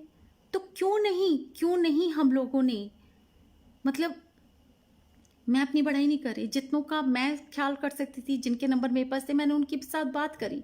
लेकिन मुझे ऐसा लगा कि क्यों नहीं सब लोगों ने इन सब लोगों को फ़ोन किया जो कि उनके खुद के काम आते थे। क्यों नहीं फ़ोन कर कर के पूछा कि क्या हुआ, तुम गांव तो नहीं जा रहे हो तो कैसे जा रहे हो, इधर खाने की क्या व्यवस्था है तुम्हारी। और ऐसा तो नहीं एक मोहल्ले में एक ही गाड़ी साफ करने वाला 50 घरों में गाड़ी साफ करता होगा। क्या वो 50 घर के मिडिल क्लास फैमिली के लोग मिल करके थोड़ा थोड़ा अंशदान करके उनको एक छोटी सी वैन, छोटी सी बस कुछ तो करा सकते थे ताकि वो अपने गांव जा सके? तो कुछ तो ऐसी छोटी छोटी सेवाएं हम सब कर सकते थे। सिर्फ ज़रूरत है एक सोच की, एक चेतना की ज़रूरत है। हम अगर सीधे खड़े होकर के प्रशासन को गाली देना शुरू कर देंगे, हम सीधे खड़े होकर के प्रशासन के लिए बोलना शुरू कर देंगे, वहाँ तो हमारी जिम्मेवारी ख़त्म नहीं होती ना। तो हम सबकी अपनी अपनी जिम्मेवारी अपने अपने क्षेत्र में बनती थी, तो हमने उसकी तरफ से विमुख क्यों हो गए? ये मेरी थोड़ी शिकायत है इस समाज से, हम सबसे ये शिकायत है मेरी कि ऐसा क्यों हुआ। तो इंद्रप्रस्थ लिटरेचर फेस्टिवल, इसमें जो कार्यकारिणी समिति पूरी उन्होंने मेरे साथ शेयर करी, चंद्रमणि ब्रह्मदत्त जी ने, डॉक्टर चंद्रमणि ब्रह्मदत्त जी ने, उसमें मैंने देखा कि बहुत बहुत सारी जो स्त्रियां हैं पूरे देश में इस संस्था को संभाले हुए हैं और इस चीज़ को वो बहुत अच्छी तरीके से निभा रही हैं। तो इसलिए मुझे लगा कि ये एक ऐसा मंच है जहाँ पे मेरे को, जो मेरी एक बहुत ही प्राण प्रिय कविता है जननी, बहुत सारे मंचों में नहीं बोलती हूँ इसको, बहुत चुने हुए मंचों से इस कविता का पाठ करती हूँ क्योंकि मुझे बहुत प्रिय है ये कविता। तो जननी कविता मुझे लगा इस मंच से बोलनी बहुत ज़रूरी है, क्योंकि इस मंच में बहुत सारी जननियाँ हैं, बहुत सारी माताएं हैं, बहुत सारी बहनें हैं जो इस मंच से जुड़ी हैं। तो मैं ये कविता आप लोगों को सुनाना चाहती थी। तो ये कविता मैं निकाल कर लाई स्पेशली इस मंच के लिए। तो स्त्रियों की बहुत सी शिकायत होती है, लेकिन एक स्त्री वास्तव में क्या होती है, तो उस पर ये कविता है। एक स्त्री ने ही संबोधन किया है। तुम भूल रहे हो शायद, हाँ तुम भूल रहे हो शायद, कि मर्यादा के आवरण के पीछे मेरी आंखें हैं जो सच देख सकती हैं। ऐसा नहीं है कि कोई जो घूंघट में की हुई कोई स्त्री है उसको कुछ मालूम नहीं होता, सारे जीवन सब कुछ मालूम होता है। उसको भी भगवान ने मस्तिष्क दिया है। उस घूंघट वाली स्त्री को भी एक हृदय मिला है, वो भी मनुष्य है सबकी तरह। तो ऐसा नहीं है कि मर्यादा के आवरण के पीछे सब कुछ खत्म हो गया। तो तुम भूल रहे हो शायद, हाँ तुम भूल रहे हो शायद, कि मर्यादा की आवरण के पीछे मेरी आंखें हैं, कि मर्यादा के आवरण के पीछे मेरी आंखें हैं जो सच देख सकती हैं। एक हृदय है जो महसूस करता है वेदना को, अन्याय को। मैंने सुनी है चूड़ियों से ढकी मेरी नाड़ी के नीचे, चूड़ियों से ढकी मेरी कलाई के नीचे मेरी नाड़ी की बुदबुदाहट। मैंने सुनी है मेरी चूड़ियों से ढकी मेरी कलाई के नीचे मेरी नाड़ी की बुदबुदाहट, और मेरी धमनियों में बहते रक्त को महसूस करती हूँ मैं। मेरी धमनियों में बहते रक्त को महसूस करती हूँ मैं। माना रौंद ने दिया है अपना अस्तित्व तुम्हारे अभिमान तले, किंतु स्वयं को जीवित आभास करने का अधिकार है मुझे, क्योंकि मैं जीवित प्राणी हूँ। माना रौंद ने दिया है अपना अस्तित्व तुम्हारे अभिमान तले, किंतु स्वयं को जीवित आभास करने का अधिकार है मुझे, क्योंकि मैं जीवित प्राणी हूँ। पाषाण सभ्यता से, सुनिएगा ये, तो पाषाण सभ्यता से युगों तक की परिष्कृत सभ्यता का मार्ग अकेले तुमने नहीं तय किया, मैं साथ चली हूँ तुम्हारा वंश बीज बनकर। पाषाण सभ्यता से युगों तक की परिष्कृत सभ्यता का मार्ग अकेले तुमने नहीं तय किया, मैं साथ चली हूँ तुम्हारा वंश बीज बनकर। तुम्हारे हाथों में अनंत संततियाँ अपनी कोख से निकाल कर जीवन मृत्यु के बीच झूल कर सौंपी है मैंने। एक स्त्री समझती है एक संतान को पैदा करने में वो जीवन मृत्यु के बीच में झूल जाती है, ये एक स्त्री समझती है। और जितने पुरुष जो स्त्री को समझते हैं और उसकी शारीरिक अवस्था को जानते हैं, वो भी समझते हैं इस बात को कि जीवन मृत्यु के बीच एक औरत झूल करके एक संतान को जन्म देती है। तो पाषाण सभ्यता से युगों तक की परिष्कृत सभ्यता का मार्ग अकेले तुमने नहीं तय किया, मैं साथ चली हूँ तुम्हारा वंश बीज बनकर। तुम्हारे हाथों में अनंत संततियाँ अपनी कोख से निकालकर जीवन मृत्यु के बीच झूल कर सौंपी हैं मैंने। समस्त पुराण, इतिहास, मानव सभ्यता साक्षी है मेरे योगदान की।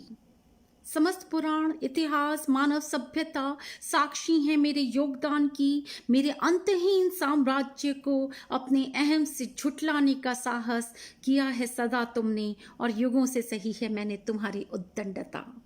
मैं पराजित हुई हूँ तुम्हारे अहम से नहीं, अपनी ममता से, अपनी सौम्यता से।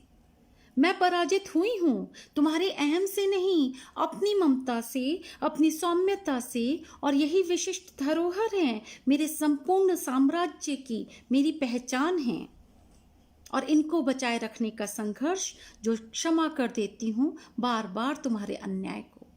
इनको बचाए रखने का संघर्ष जो बार बार क्षमा कर देती हूँ तुम्हारे अन्याय को। इसका अर्थ ये कदापि नहीं कि मुझे आभास नहीं स्वयं के जीवित होने का, स्वयं के मनुष्य होने का। अपनी नसों में दौड़ते विद्रोह को ममत्व के आंचल में युगों से दुबकाने वाली मैं कोई बेचारी नहीं, तुम्हारे संपूर्ण अस्तित्व के सर्वाधिक प्राथमिक अंश की जननी हूँ। तुम भूल गए हो शायद, तुम भूल गए हो शायद। तो अपनी नसों में दौड़ते विद्रोह को ममत्व के आंचल में युगों से दुबकाने वाली मैं कोई बेचारी नहीं, तुम्हारे संपूर्ण अस्तित्व के सर्वाधिक प्राथमिक अंश की जननी हूँ, तुम भूल गए हो शायद, हाँ तुम भूल गए हो शायद। तो ये एक कविता थी जो मैं आप लोगों के साथ शेयर करना चाह रही थी। तो एक साहित्यिक संस्था की जो एक साहित्यिक संस्था भी मैंने बनाई है अनुगुंज करके। तो जब मैंने बताया आपको कि अक्टूबर में मैंने जब अपनी नौकरी छोड़ी, तो उसके बाद फिर सबसे पहला मेरा स्टेप था, मेरा सबसे पहला कदम था मेरी पुस्तक मेरे हिस्से के नूर को मैं प्रकाशित करा सकूं, जो कि वो मेरा पहला कदम पूर्ण हुआ, वो मेरे प्रकाशित हो गई, वो मेरी कविता काव्य संग्रह है।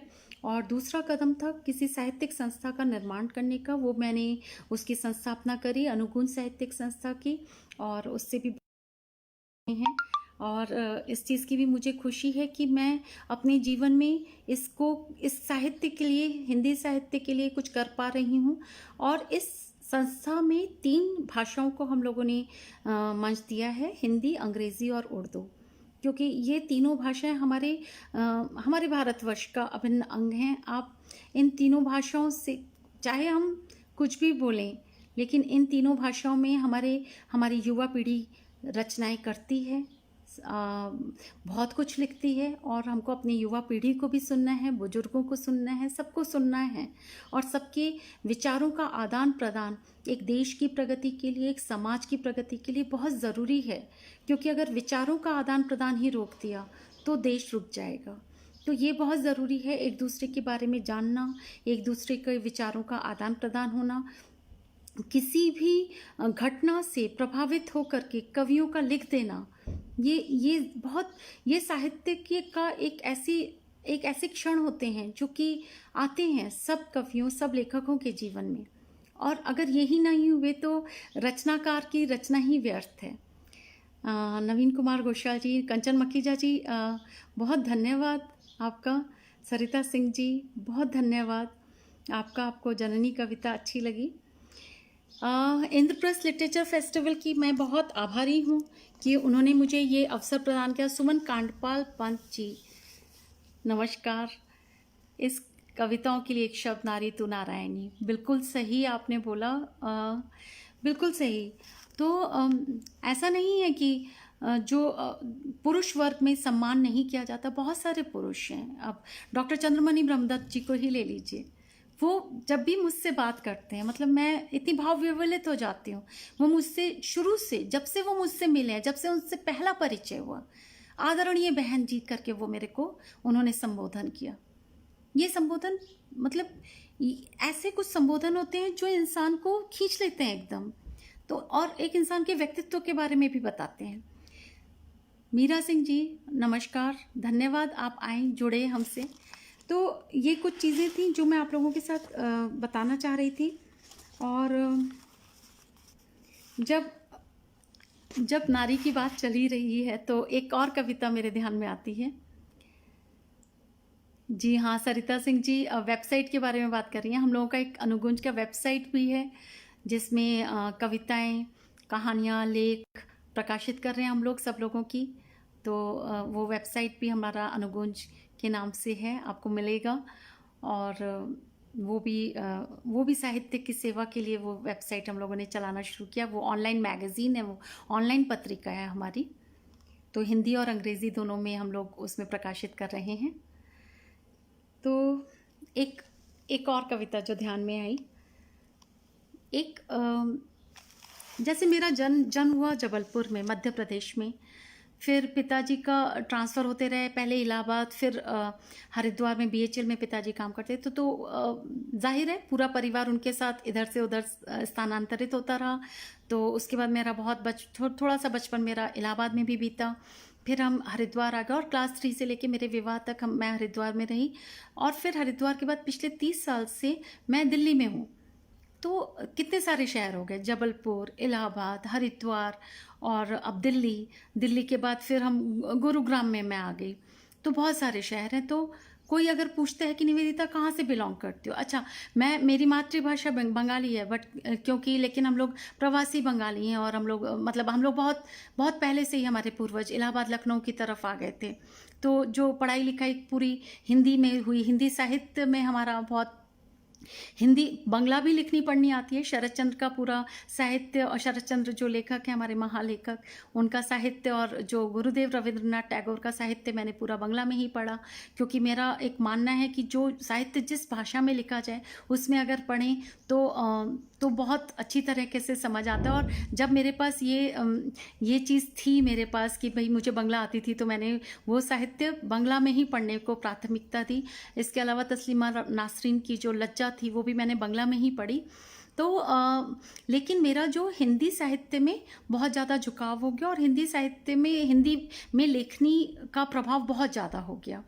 तो इस तरीके से जो एक स्त्री होती है उसका जीवन किधर किधर से, कितने सारे शहरों से होकर गुजरता है। तो आप क्या कह सकते हो वो कहाँ से बिलोंग करती है? अगर आपके आगे प्रश्न कोई करता है कि आप कहाँ से बिलोंग करती हैं, तो मेरे ख्याल से सारी स्त्रियाँ ही कंफ्यूज हो जाती होंगी, क्योंकि माता पिता का घर भी तो था जहाँ से हम बिलोंग करते थे। तो आज फिर किसी ने पूछ लिया आप किस शहर को बिलोंग करती हैं। आज फिर किसी ने पूछ लिया आप किस शहर को बिलोंग करती हैं, और एक बार की फिर मेरी आत्मा जड़ तक हिल गई। कौन सा शहर है मेरा? वो जहाँ जन्मी थी, या वो जहाँ बचपन से मिली, या वो जहाँ ब्याह हुआ? किस मिट्टी को अपना कहूँ? धरती का कौन सा कोना अपना, आकाश की कौन सी धूप अपनी? धरती का कौन सा कोना अपना, आकाश की कौन सी धूप अपनी? मैं कहीं से बिलोंग नहीं करती, जहाँ मेरी आत्मा को मिले ठहर, वहीं पर हो मेरा घर और मेरा शहर। जहाँ पर मिले मेरी आत्मा को ठहर, वहीं पर हो मेरा घर मेरा शहर। फिर वो चाहे बाबा का दुलार हो, माँ का आंचल हो, या मेरे बच्चों का मोह पाश मिले, बस वहीं मेरी आत्मा को थोड़ी सी धूप मिले, थोड़ी सी मिट्टी, थोड़ा सा आकाश मिले। बस वहीं मेरी आत्मा को थोड़ी सी धूप मिले, थोड़ी सी मिट्टी, थोड़ा सा आकाश मिले। तो एक स्त्री तो परिवार के आसपास ही स्त्री का जीवन होता है। उसका घर, उसके सारे सोच, उसके सपने उस परिवार से जुड़े होते हैं। तो रोजी शर्मा जी आप आई हैं, आपका बहुत स्वागत, और आप समय निकाल करके आई हैं, तो आपका मैं बहुत धन्यवाद देना चाहूँगी। और आप सब लोगों ने मेरे को जो इतने धैर्य से सुना, तो उसके लिए भी मैं बहुत आप लोगों को धन्यवाद देना चाहूँगी। तो एक दो कविताएं और थीं जो मैं आप लोगों के साथ बताना चाह रही थी।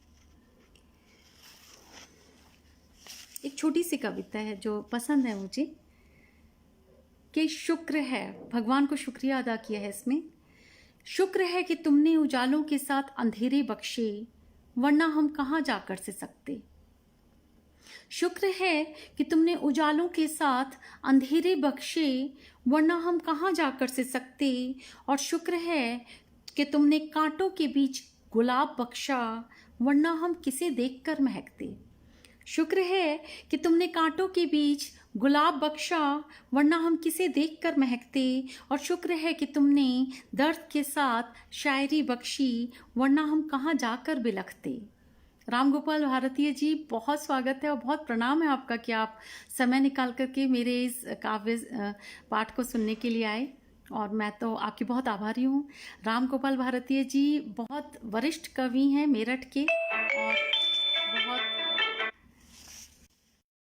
बहुत अच्छा लिखते हैं। अभी हाल ही में उन्होंने बेटियों पर जो कविता लिखी है, मतलब मुझे रुला गई वो कविता। तो आप लोग अनुगुंज के पटल पर वो कविता सुन सकते हैं। वो गीत है जो कि उन्होंने गा करके सुनाया है। बहुत ही हृदय स्पर्शी उन्होंने ये गीत लिखा है, और बहुत अच्छा लिखते हैं। तो राम गोपाल भारती जी, मैं ये कविता एक सुना रही थी छोटी सी। शुक्र है कि तुमने उजालों के साथ अंधेरे बख्शे, वरना हम कहाँ जाकर से सकते। शुक्र है कि तुमने कांटों के बीच गुलाब बख्शा, वरना हम किसे देखकर महकते। और शुक्र है कि तुमने दर्द के साथ शायरी बख्शी, वरना हम कहाँ जाकर बिलखते। और शुक्र है कि तुमने उगता हुआ सूरज बख्शा, वरना हम सुबह के लिए कैसे ठहरते। शुक्र है कि तुमने उगता हुआ सूरज बख्शा, वरना हम सुबह के लिए कैसे ठहरते। तो ये जो आशा है, जो मनुष्य की जीवन की आशा है, वो उसको जीवंत रखती है। तो चाहे वो कोरोना का कहर हो, चाहे कहीं बाढ़ आ जाए, चाहे कहीं टिड्डियों का दल आ जाए, चाहे भूकंप आ जाए, लेकिन जो मनुष्य की जो आशा है वो उसको जीवंत रखती है। और जो ईश्वर के ऊपर जो एक विश्वास है वो मनुष्य को जीवंत रखता है कि नहीं, कोई तो शक्ति है, तो जो शक्तियाँ ये सब करा रही हैं वो शक्ति ही हम सबको बचा के लेके जाएगी, वो निराशाओं से हम सबको बाहर निकाल करके लेके जाएगी। एक कविता थी जिसके साथ मैं अपने इस काव्य पाठ को ख़त्म करना चाह रही थी। एक बहुत अच्छी कविता है जो कि मैं आप लोगों के साथ शेयर करना चाहती हूँ, ईश्वर। तो ये कविता है जो चर्च के सामने से जब हम गुजरते हैं तो कुछ उनके सामने, चर्च के सामने जो उनका बोर्ड होता है उसमें कई बार लिखा होता है, कुछ कोटेशन लिखा होता है। तो उसमें एक कोटेशन था कि every sunset is signature of God. तो उसके ऊपर मैंने ये कविता लिखी थी। तो जिस दिन मैंने ये कोटेशन पढ़ा, मैं ऑफिस जा रही थी, ऑफिस जाते हुए ये कोटेशन सामने आया। उस चर्च के सामने से हमारी गाड़ी जाती थी, गोल डाकखाना है यहाँ दिल्ली में। तो गोल डाकखाने के पास वो चर्च है, आप लोगों ने देखा होगा। उसके पास से हमारी बस गुजरती थी। तो उस गोल डाकखाने के पास जो वो चर्च है, तो उसमें मैं हमेशा उसके जो बोर्ड में रोज का ही एक कोटेशन अच्छा सा लिखा होता था, मैं पढ़ती थी। तो इस कोटेशन को जिस दिन मैंने पढ़ा, और वो आप विश्वास करेंगे, वो मेरे ऑफिस जाते हुए वो कविता पूरी हो चुकी थी। तो ईश्वर को संबोधन है इस कविता में, और ये कविता मेरी अंतिम कविता है। इसके साथ मैं इस काव्य पाठ को शेष करना चाहूँगी क्योंकि 1 घंटा शायद हो चुका हुआ है। तो ये कविता है, ईश्वर। दिन भर के कर्मों के साक्षी बनकर जब डूबते हुए सूरज की लालिमा पर तुम धीमे से हस्ताक्षर कर जाते हो। दिन भर के कर्मों के साक्षी बनकर जब डूबते हुए सूरज की लालिमा पर तुम धीमे से हस्ताक्षर कर जाते हो और कर्मों का लेखा जोखा करने अपनी कलम उठाते हो, तब क्या किंकर्तव्य विमूढ़ नहीं रह जाते? नहीं पड़ जाते हो दुविधा में देखकर उस मनुष्य को जो पिस जाता है परिस्थितियों और कर्तव्यों के 2 पाटों में? तब क्या किंकर्तव्य विमूढ़ नहीं रह जाते? नहीं पड़ जाते हो दुविधा में देखकर उस मनुष्य को जो पिस जाता है परिस्थितियों और कर्तव्यों के 2 पाटों में? जिसको सत्य और आस्था से ऊपर दिखती है रोटी केवल, क्या रह सकता है वो निष्पाप निश्चल? तो बहुत नैतिक मूल्य मानने चाहिए मनुष्य को, लेकिन जहाँ रोटी का सवाल खड़ा होता है तो मनुष्य डगमगा जाता है, नैतिकता भूल जाता है। तो ये कविता थी। आपको आप थोड़ा सा मेरा इस फ़ोन की बैटरी थोड़ी लो हो गई है, तो मैं थोड़ा चार्जर में लगा लेती हूँ क्योंकि ये कविता बीच में टूट जाएगी नहीं तो थोड़ा सा आप इसमें मेरे साथ थोड़ा आप सहयोग दीजिए। जी, चार्जर में लगा लिया, तो मैं फिर से शुरू करती हूँ।